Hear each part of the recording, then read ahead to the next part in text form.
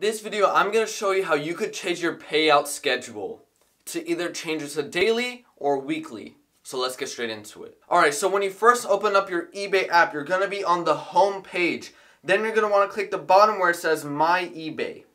Now when you click that, you're going to click the button that says Payments right there, right above Help. So click Payments. Now it'll take you to this page right here where you can see all your funds and all your payment options. But there's a little button right there, right below the processing that says Payout Schedule. Now click that button. Now you'll see daily and weekly. You'll see two buttons that say daily and weekly. And what this means is basically when you want to get paid. Do you want to get paid every single day, or do you want to get paid once every week?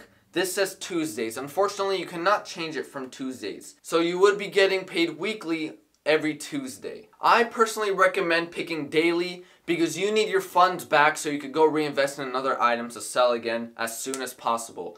So I recommend picking daily. It's up to you, but you select whichever one you want. Right there I pick daily, then you're going to want to click save right there. After you do that, it would say you've updated your payout schedule, and that is that. If I helped you at all in this video, please make sure to leave a like and subscribe.